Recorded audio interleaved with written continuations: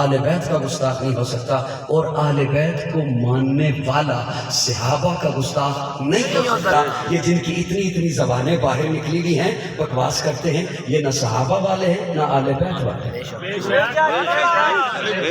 یہ صرف فسادی لوگ ہیں، یہ صرف فرقہ پرست لوگ ہیں، یہ پاکستان کے بھی دشمن، اسلام کے بھی دشمن، مسلمانوں کے بھی دشمن، ورنہ صحابہ کو ماننے والا آل بیت کی گستاخی نہیں کر سکتا۔ فاطمہ کو ماننے والا اس کی گستاخی کیسے کر سکتا ہے جس نے فاطمہ کا جنازہ پڑھا ہے؟ فاطمہ کو ماننے والا اس کی گستاخی کیسے کر سکتا ہے جس نے فاطمہ کا جنازہ پڑھا؟ کیسے ہو سکتا ہے ایسے؟ علی کو ماننے والا اس کی گستاخی کیسے کر سکتا ہے جس نے علی سے محبت کے یہ انداز باندھے ہیں کہ آج تک دنیا حیران ہے؟ پیارے آقا فرماتے ہیں علی جی یا رسول اللہ رشتہ منظور ہے، تھک گیا تو بس کر سبحان اللہ سبحان اللہ سبحان اللہ نہیں جی سبحان اللہ ماشاءاللہ چلو دے گڈی نہیں دستے رہے ہو بھی تجھے تھک گئے، سبحان اللہ رات تک بیٹھے ہیں نہیں میری باتیں سمجھ بھی آ رہی سب کو؟ الحمدللہ پیارے آقا فرماتے ہیں علی رشتہ منظور ہے جی، فاطمہ کا رشتہ آپ کے لیے منظور ہے، اچھا لیکن علی سنو حق مہر کے پیسے ہیں؟ نہیں یا رسول اللہ۔ گھر میں سامان ہے؟ نہیں یا رسول اللہ۔ فرمایا انتظام کرو۔ سبحان اللہ گھر کے سامان کا پیارے آقا کسے فرما رہے ہیں انتظام کر؟ دولہے کو۔ اے گھر پوچھا دولہے کو، دولہے کو فرما رہے ہیں گھر کا انتظام کر، جسے ہم نے جہیز کا نام دے رکھا ہے۔ کوئی جہیز نہیں تھا، میں ذمہ داری سے بول رہا ہوں، کوئی جہیز اسلام میں ایک سوئی بھی نہیں جہیز کی، خالصتاً ہندوؤں کی رسم ہے، خالصتاً۔ تسی ناراض ہونا ہے منو پتہ ہے، میں پھر بھی گل سنونی ہے منو یہ بھی پتہ ہے۔ تسی ناراض ہونا ہے منو پتہ ہے، نامعلوم زندگی میں پھر ملاقات ہے نہیں ہے، میں نے اپنا فریضہ ادا کر کے جانا ہے۔ اسلام میں ایک سوئی کا بھی تصور نہیں جائز، خالصتاً ہندوؤں کی رسم ہے۔ پیارے آقا نے یہ گھر کا سامان مرد کی غیرت کا سوال ہے، مرد کی ذمہ داری ہے، عورت کی ذمہ داری نہیں۔ ایک پہلی بات تو یہ کہ اسلام میں جہیز ہے نہیں، اور اگلی بات یہ انہیں میں کیا کہوں، کیوں نہ لانتی کہوں جو بہانے سے جہیز طلب کریں۔ پہلی بات تو ہے ہی نہیں، اگر کوئی تحفتاً بھی دے تو چلو ٹھیک ہے، کوئی ایک آدھ چیز ہوتی ہے، ماچس تک تو نہیں ہوتی، یہاں تو لسٹیں بنائی جاتی ہے کہ یہ چیز رہے گی، اسے تحفہ میں کیسے کہوں؟ تحفہ تو کوئی ایک آدھ چیز ہوتی ہے۔ کوئی میری بات سمجھ آ رہی؟ کواریاں نے بعد میرے نال سیلفی بھی نہیں لینی، ہاں جو باز مطلب ملنا ہی نہیں، ٹھیک نہیں کتنی بات میری باتیں سمجھ آ رہی؟ گھر کا سامان مرد کی ذمہ داری ہے، مرد کی غیرت کا سوال ہے۔ اسلام نے وراثت کا حکم دیا ہے جی، کس کا؟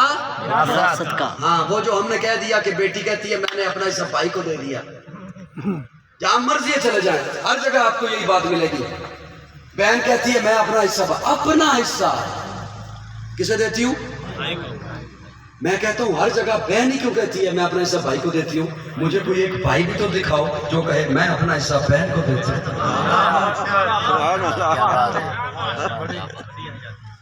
کوئی ایک مثال ہی دے دو، مجھے معاف ہی دے دو، میں آئندہ بات ہی نہ کیا کروں۔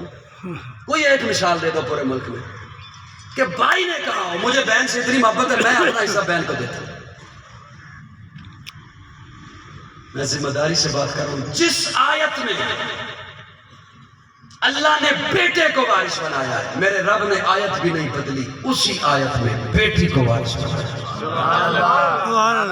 اللہ اگلی آیت میں بھی نہیں گئے، اسی آیت میں اللہ نے بیٹی کو وارث بنایا۔ جتنے بھی والد بیٹھے ہیں یہاں پر میں ان کے سامنے ہاتھ جوڑ کر کہو تو میں آپ کے پاؤں پکڑوں، یا بیٹیوں کو حصہ دو یا لکھ کر جاؤ، آپ کے مال پر عیاشی کوئی اور کرے گا، پکڑے آپ جائیں گے۔ آپ کو پتہ بھی نہیں ہوگا آپ کے مال پر عیاشی کس نے کی اور وہ کتنی بے رحمی سے عیاشی کرے گا، کیونکہ اس نے کمایا ہوا نہیں ہوگا۔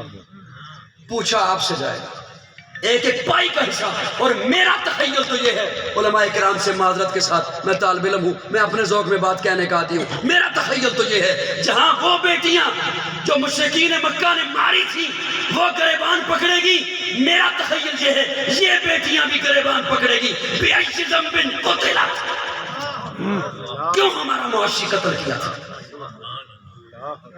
کیوں ہمارا معاشی قتل کیا تھا؟ یہ بیٹیاں بھی آپ کا گریبان پکڑے گی، یا لکھ کر جاؤ یا دے کر جاؤ۔ اور میں بحمدللہ ذالک فضل اللہ یؤتیہ، میں بڑی اللہ بول سے بچائے، جب میرے گھر بیٹی پیدا ہوئی 11 سال کی ہوگی ہے، اسی دن میں نے وصیت لکھی۔ سبحان اللہ، یہ وصیت حضور کا حکم ہے، اسے لکھا کرے، پھر کچھ عرصے کے بعد پھر لکھا کرے، پھر نیا معاملہ ہو پھر لکھا کرے۔ میری بات سمجھ آ رہی نہیں آ رہی؟ اسلام نے وراثت کا حکم دیا ہے، وراثت کا، اور اگر آپ نے وراثت نہیں دی، اے گلاں بڑیاں اوکھیاں نے اور میں سنانیاں میں اگلے ساری میں بلانا ہی نہیں، ہاں اے گلاں کرنیاں بھی اوکھیاں نے، سننیاں بھی اوکھیاں نے۔ اگر وراثت نہیں دی، بندہ جا رہا ہو نا تو حاجی صاحب ناراض نہ ہونا، میں ایک مثال عرض کر رہا ہوں، بہت چھوٹا ہوں میں آپ سے، ناراض نہ ہونا، سفید ریچھ آپ بھی بیٹھے ہیں، ناراض نہ ہونا میری بات سے، میں سمجھانے کی غرض سے کر رہا ہوں، اللہ کرے کسی کے دل میں بات اتر جائے۔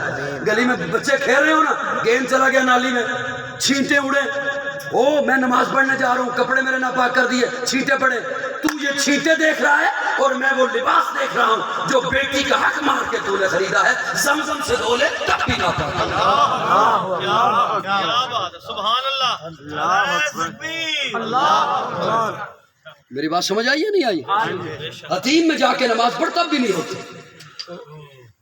جس نے بیٹی کا حق نہیں دیا، وہ آپ اب وہ میرے اور آپ کے ان تانوں کی وجہ سے اس نے کہہ دیا ہے کہ میں نے بھائی کو دے دیا، جو ہم نے تانے دیے۔ پیارے آقا نے فرمایا انتظام کرو، میری بات سمجھ آ رہی نہیں آ رہی؟ انتظام کرو۔ حضرت علی پوچھتے یا رسول اللہ کیسے انتظام کروں؟ میں عرض یہ کرنے چلا تھا کہ اصحاب و اہل بیت رسالت کے بین میں قرآن سے رحماء کا حوالہ نہ جائے گا، کیا انتظام کروں؟ کیا ہے آپ کے پاس؟ یا رسول اللہ گھوڑا، فرمایا رکھیے۔ اور کیا ہے؟ تلوار، فرمایا یہ بھی رکھیے۔ اور کیا ہے؟ یا رسول اللہ زرہ، لوہے کی جیکٹ، تیر اور تلوار روکنے کے لیے جو پہنی جاتی تھی، آج کی زبان میں بلٹ پروف جیکٹ، فرمایا اسے بیچ کر آؤ، آپ کا حق مہر بھی ادا ہو اور آپ کے گھر کا سامان بھی آئے۔ حضرت علی وہ اٹھا کر باہر نکلتے ہیں، سامنے سے حضرت عثمان آ رہے ہیں۔ حضرت عثمان پوچھتے کہاں جا رہے ہیں؟ علی بھائی کوئی جہاد کا اعلان ہو گیا؟ نہیں۔ زرہ کیوں اٹھائی ہوئی ہے؟ بیچنے جا رہا ہوں۔ آقا نے فرمایا کہ حق مہر کے پیسے ادا ہوں۔ حضرت عثمان فرماتے ہیں کہیں جانے کی ضرورت نہیں، کیونکہ حضرت عثمان تاجر تھے، جانتے تھے لوہے کی کیا ویلیو ہے۔ فرمایا اس کے کنڈے گنو، لوہے کے کنڈے ہیں، جتنے کنڈے ہیں اتنے درہم عثمان کے کھاتے میں ڈال دو۔ 400 کنڈے، فرمایا یہ لو 400 درہم۔ حضرت عثمان ادھر چلے، حضرت علی ادھر چلے، پھر حضرت عثمان نے آواز دی علی بھائی یہ کیا ہوا؟ ارادہ بدل گیا؟ نہیں، زرہ میری ہو گئی، ہو گئی، پیسے آپ نے لے لیے، لے لیے، اب یہ زرہ عثمان کی طرف سے شادی کا تحفہ لے جاؤ۔ سبحان اللہ، سبحان اللہ۔ اصحاب والے بیت رسالت کے پیر میں قرآن سے رحماء کا حوالہ نہ جائے گا۔ تجھے یہ باتیں سنانے کے لیے قوم کو کیوں نہیں ملتی؟ تاکہ فرقہ واریت ختم ہو۔ حق مہر ادا کیا ان پیسوں سے وہ جو عثمان نے دیے تھے۔ اب حضرت عثمان کی بات دیکھیے، حضرت عثمان نے پہلے سے سوچ لیا تھا میں نے تعاون کرنا ہے علی کے ساتھ، لیکن انداز دیکھیے، ٹھنگ دیکھیے، علی کی عزت نفس کا خیال رکھا، پہلے زرہ خرید لی، سبحان اللہ، پھر توفتاً دے دی۔ اور ہم نے کسی بھائی سے تعاون کرنا ہو تو کہتے ہیں وہ اس موقع تے بھی نہیں سی پیتا کرنا، تانا دے دے بغیر نہیں رہتے اور نام سے آبا کہہ لیتے ہیں۔ حضرت عثمان نے سوچ لیا تھا کہ میں نے تعاون کرنا ہے، پہلے زرہ خرید لی، پھر زرہ توفتاً دے دی۔ وہ پیسے آئے پیارے آقا کی جھولی میں، پیارے آقا اپنی جھولی میں وہ سکے رکھتے ہیں، یوں اچھالتے ہیں، خوش ہوتے ہیں. علی کس نے دیے ہیں؟ یا رسول اللہ عثمان نے. پیارے آقا کے ہاتھ اٹھ گئے، فرمایا اللہ میں آج عثمان سے راضی ہوں. اللہ تو